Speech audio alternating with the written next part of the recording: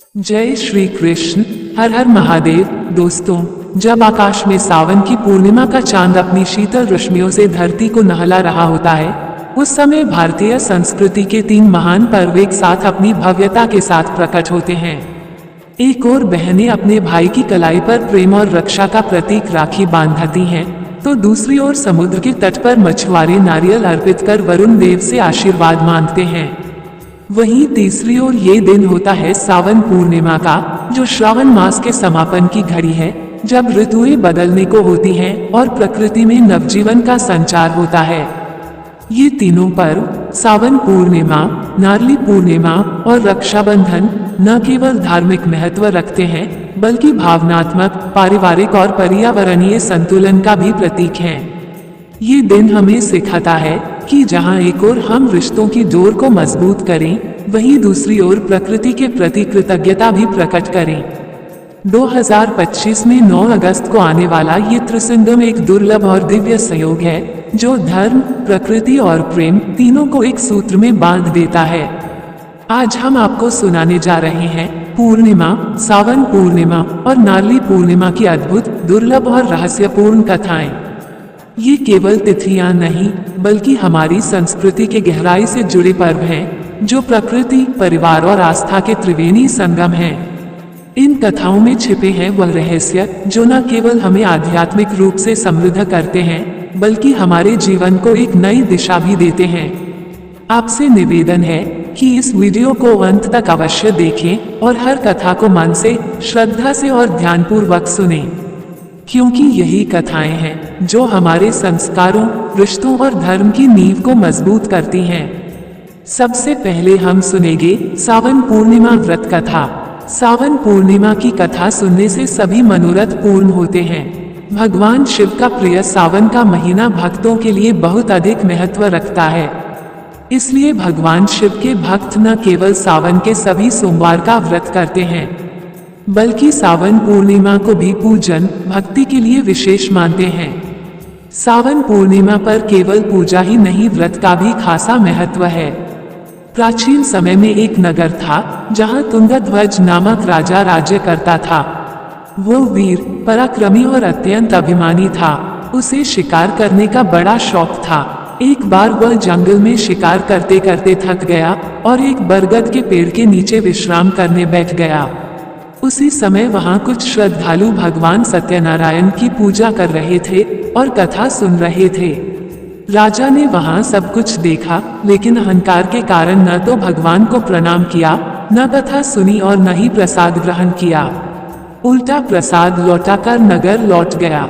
जब वह अपने महल पहुंचा तो देखा कि शत्रु राजा ने उसके राज्य पर हमला कर दिया है। उसकी सेना हार रही है और जनता त्रस्त हो चुकी है। ये सब देख राजा को अपने अहंकार और भगवान सत्यनारायण की अवहेलना की याद आई। उसे पश्चाताप हुआ और वह तुरंत उसी स्थान पर लौट गया जहां कथा हो रही थी। वहां जाकर उसने भगवान से क्षमा मांगी, कथा सुनी और विनम्रता से प्रसाद स्वीकार किया। राजा के इस पश्चाताप से भगवान सत्यनारायण प्रसन्न हो गए और उसे क्षमा कर दिया। उनके आशीर्वाद से राजा का राज्य पुनः समृद्ध हुआ, प्रजा सुखी हुई और राजा ने दीर्घकाल तक धर्मपूर्वक राज्य किया। अंत में वह स्वर्गलोक को प्राप्त हुआ। ऐसी मान्यता है कि सावन पूर्णिमा के दिन सत्यनारायण व्रत कथा को श्रद्धा से पढ़ने, सुनने और प्रसाद ग्रहण करने से मनोकामनाएं पूर्ण होती हैं, संकट दूर होते हैं और जीवन में सुख, शांति और समृद्धि आती है। ये कथा वाजपेय यज्ञ के समान पुण्य फल देने वाली मानी जाती है। श्रावण पूर्णिमा, जिसे ऋषि पूर्णिमा भी कहा जाता है, सावन के महीने की अंतिम पूर्णिमा होती है। ये दिन ऋषि मुनियों को समर्पित होता है और इस दिन ऋषि तर्पण करने का विधान है। मान्यता है कि इस दिन सप्त ऋषियों की पूजा करने से ज्ञान और बुद्धि में वृद्धि होती है।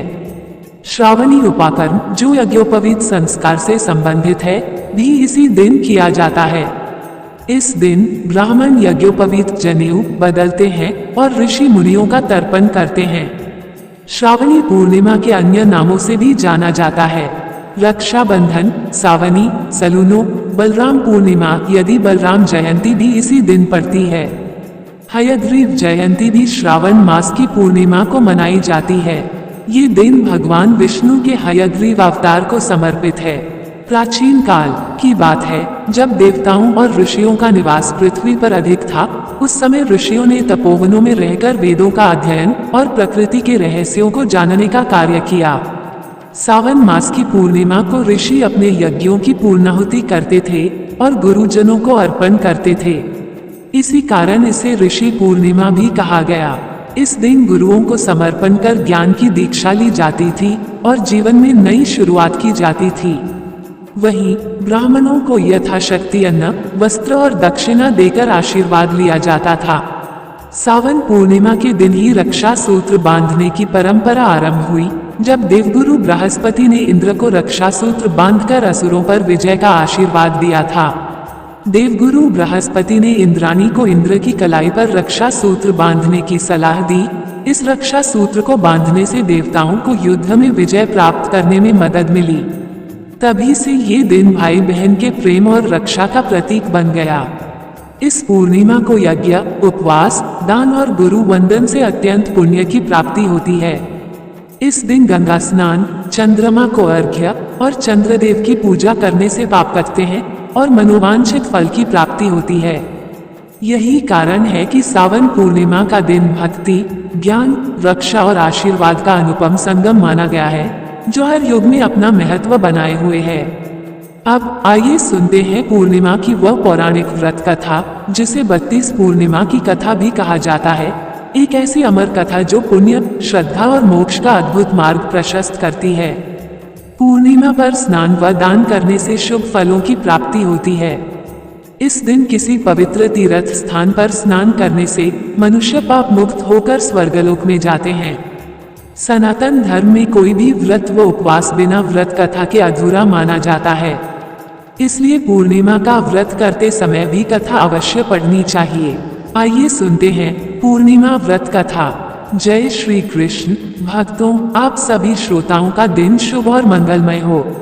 इसी मंगल कामना के साथ चलिए आज की इस कथा को शुरू करते हैं।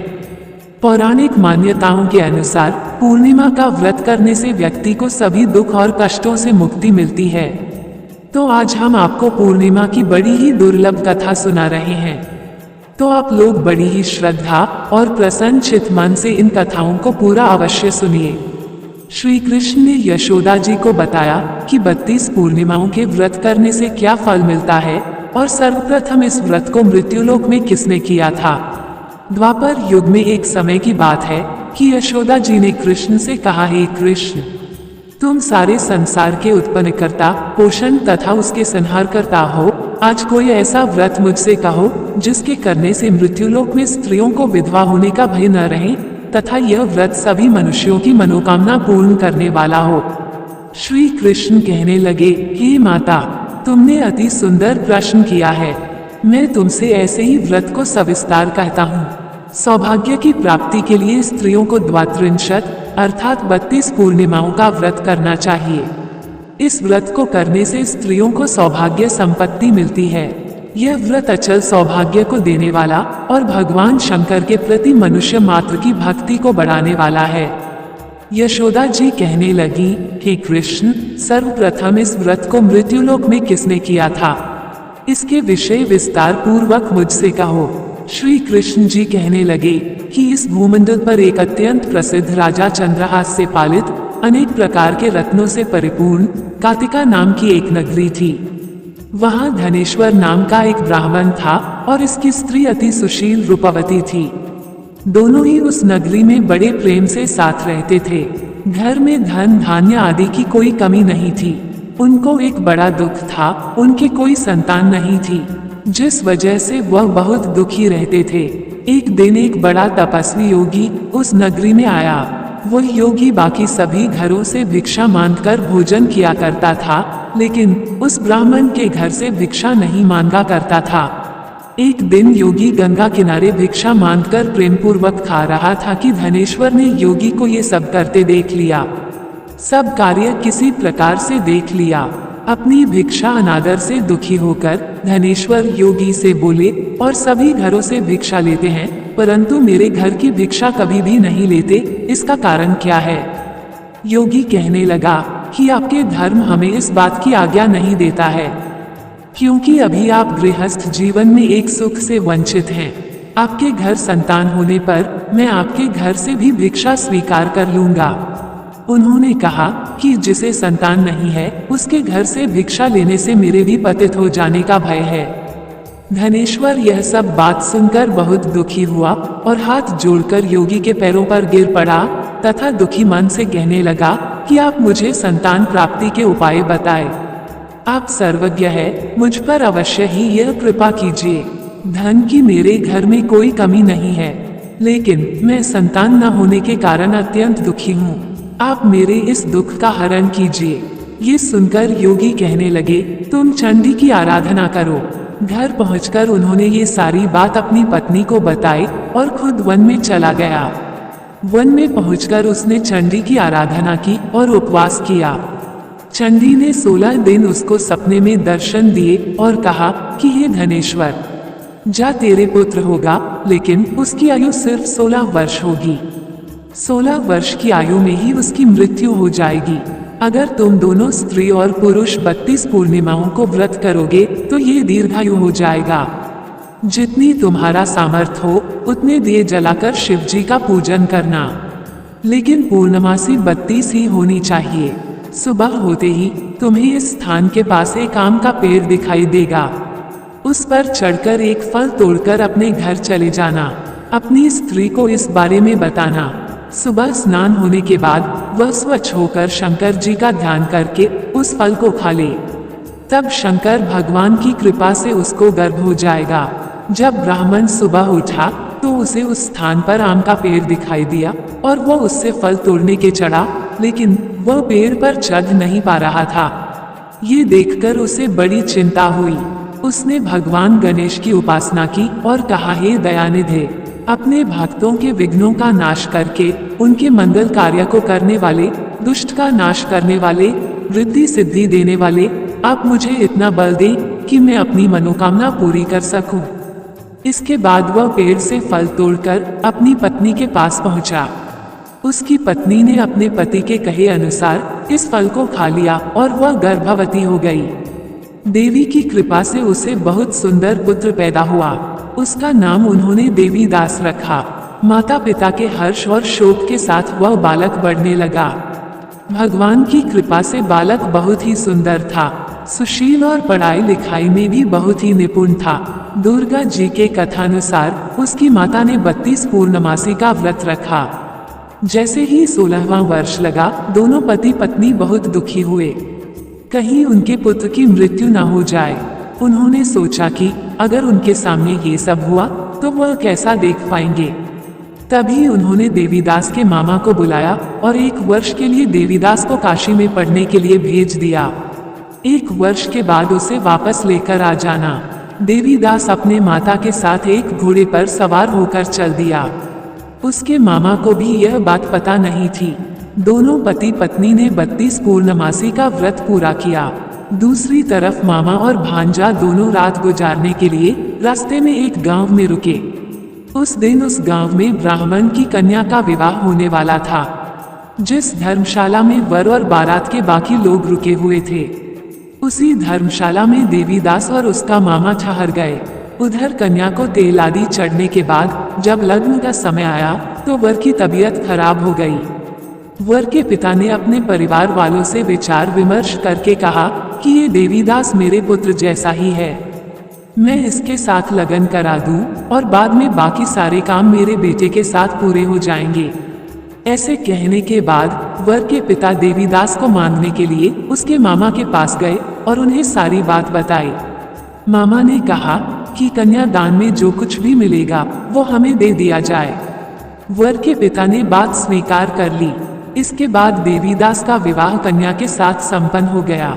इसके बाद वह अपनी पत्नी के साथ भोजन न कर सका और मन में विचार करने लगा कि न जाने ये किसकी पत्नी होगी। ये सोचकर उसकी आंखों में आंसू आ गए।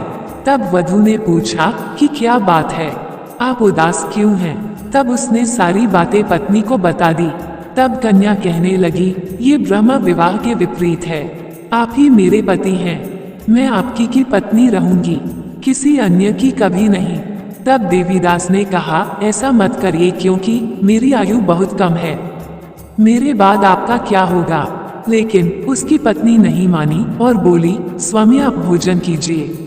दोनों रात में सोने के लिए चले गए। सुबह देवीदास ने पत्नी को 4 नगों से जड़ी एक अंगूठी दी और एक रुमाल दिया और बोला कि हे प्रिय, इसे लो और संकेत समझकर स्थिर चित हो जाओ। मेरे मरण और जीवन जानने के लिए एक पुष्प वाटिका बना लो, उसमें सुगंधी वाली एक नव मल्लिका लगा लो, उसको प्रतिदिन जल से सींचा करो और आनंद के साथ खेलो कूदो। जिस समय और जिस दिन मेरा प्राणांत होगा उस दिन ये फूल सूख जाएंगे। जब ये फिर से हरे हो जाएं, तो जान लेना मैं जीवित हूँ। ये समझाकर वह वहां से चला गया। इसके बाद जब वर और बाकी बाराती मंडप में आए तो कन्या ने उसे देखकर कहा कि ये मेरा पति नहीं है। मेरे पति वह है जिनके साथ रात में विवाह हुआ है। इसके साथ मेरा विवाह नहीं हुआ है। अगर यह वही है तो ये बताएं कि मैंने इसे क्या दिया है, साथ ही कन्यादान के समय के आभूषण मिले उन्हें दिखाएं। कन्या की ये सारी बातें सुनकर वह कहने लगा कि मैं ये सब नहीं जानता। इसके बाद सारी बारात भी अपमानित होकर लौट गई। भगवान कृष्ण बोले, हे माता, इस प्रकार देवीदास काशी चला गया। कुछ समय जब बीत गया तो एक सर्प उसको डसने के लिए वहां आया, लेकिन वो उसको काट नहीं पाया क्योंकि उसकी माता ने पहले ही 32 पूर्णिमा का व्रत कर लिए थे। इसके बाद खुद काल वहां पहुंचा। भगवान की कृपा से तभी वहां माता पार्वती और भगवान गणेश आ गए। देवीदास को मूर्छित दशा में देखकर माता पार्वती ने भगवान शिव से प्रार्थना की कि महाराज, इस बालक की माता ने पहले ही 32 पूर्णिमा के व्रत कर लिए हैं, आप इसको प्राण दे। भगवान शिव ने माता पार्वती के कहने पर उसे प्राण दान दे दिया। उधर उसकी पत्नी उसके काल की प्रतीक्षा कर रही थी। उसकी पत्नी ने जाकर देखा कि पुष्प और पत्र दोनों ही नहीं है, तो उसको बहुत आश्चर्य हुआ और जब उसने देखा कि पुष्पवाटिका फिर से हरी हो गई तो वह समझ गई कि उसका पति जिंदा हो गया है। इसके बाद वह बहुत ही प्रसन्न होकर अपने पिता से कहने लगी कि मेरे पति जीवित हैं, उनको ढूंढिए। जब 16वां वर्ष व्यतीत हो गया तो देवीदास भी अपने मामा के साथ काशी चल दिया। इधर उसकी पत्नी के परिवार वाले उन्हें ढूंढने के लिए जा ही रहे थे कि उन्होंने देखा कि देवीदास और उसका मामा उधर ही आ रहे थे। उसको देखकर उनके ससुर बहुत प्रसन्न हुए और उसे अपने घर ले आए। वहां सारा नगर इकट्ठा हो गया और कन्या ने भी उसे पहचान लिया। देवीदास इसके बाद अपनी पत्नी और मामा को लेकर वहां से चल दिया। उसके ससुर ने भी उसे बहुत धन दहेज दिया। जब वह अपने घर की तरफ चल रहा था तो उसके माता पिता को लोगों ने खबर कर दी, तुम्हारा पुत्र देवीदास अपनी पत्नी और मामा के साथ आ रहा है। ऐसा समाचार सुनकर पहले तो उन्हें विश्वास नहीं हुआ, लेकिन जब देवीदास आया और उसने अपने माता पिता के पैर छुए तो देवीदास के माता पिता ने उनका माथा चूमा और दोनों को अपने सीने से लगा लिया। दोनों के आने की खुशी में धनेश्वर ने बहुत दान दक्षिणा ब्राह्मणों को दी। श्री कृष्ण जी कहने लगे कि इस तरह धनेश्वर को 32 पूर्णिमाओं के व्रत के प्रभाव से संतान प्राप्त हुई। जो स्त्रियां इस व्रत को करती हैं, वह जन्म जन्मांतरों तक वैधव्य का दुख नहीं भोगती हैं और सदैव सौभाग्यवती रहती हैं। यह मेरा वचन है। यह व्रत संतान देने वाला और सभी मनोकामनाओं को पूरा करने वाला है। प्रेम से बोलिए, जय श्री हरि विष्णु, जय श्री कृष्ण, जय हो, ओम नमो नारायण। भक्तों, अब हम सुनेंगे नारली पूर्णिमा व्रत कथा। बहुत प्राचीन समय की बात है, जब समुद्र तटीय क्षेत्रों में रहने वाले मछुआरे समुदाय जीवनयापन के लिए पूर्ण रूप से समुद्र पर निर्भर रहते थे। हर वर्ष मानसून के समय समुद्र प्रचंड हो जाता, लहरें उग्र रूप धारण कर लेती और नाविकों की आजीविका संकट में पड़ जाती। तब एक बार तटीय गांव के बुजुर्गों ने समुद्र देव वरुण की आराधना करने का निर्णय लिया और श्रावण मास की पूर्णिमा के दिन सभी मछुआरों ने समुद्र तट पर एकत्र होकर नारियल को हल्दी, कुमकुम और मौली से सजाया उसमें अपनी श्रद्धा, मनोकामना और कृतज्ञता समर्पित कर मंत्रोच्चार के साथ उसे समुद्र को अर्पित किया। जैसे ही नारियल लहरों में समा गया, समुद्र शांत हो गया और वर्षा रुकने लगी। तभी से यह परंपरा बन गई कि श्रावण पूर्णिमा को समुद्र को नारियल चढ़ाकर उसकी कृपा और सुरक्षा का आशीर्वाद लिया जाता है। यह मान्यता बन गई कि इस दिन नारियल अर्पण करने से समुद्र देव प्रसन्न होते हैं और वर्ष भर जल से जुड़ी आपदाओं से रक्षा करते हैं। मछुआरे इस दिन को अपने नए मछली पकड़ने के सीजन की शुरुआत भी मानते हैं और सामूहिक रूप से पूजा कर वरुण देव से अच्छी मौसम, भरपूर मछली और सुरक्षित यात्रा की प्रार्थना करते हैं। नारियल को सनातन धर्म में शुभता और त्रिदेव का प्रतीक माना गया है। उसका ऊपरी भाग शिव का, मध्य भाग विष्णु का और रसयुक्त हिस्सा ब्रह्मा का स्वरूप है।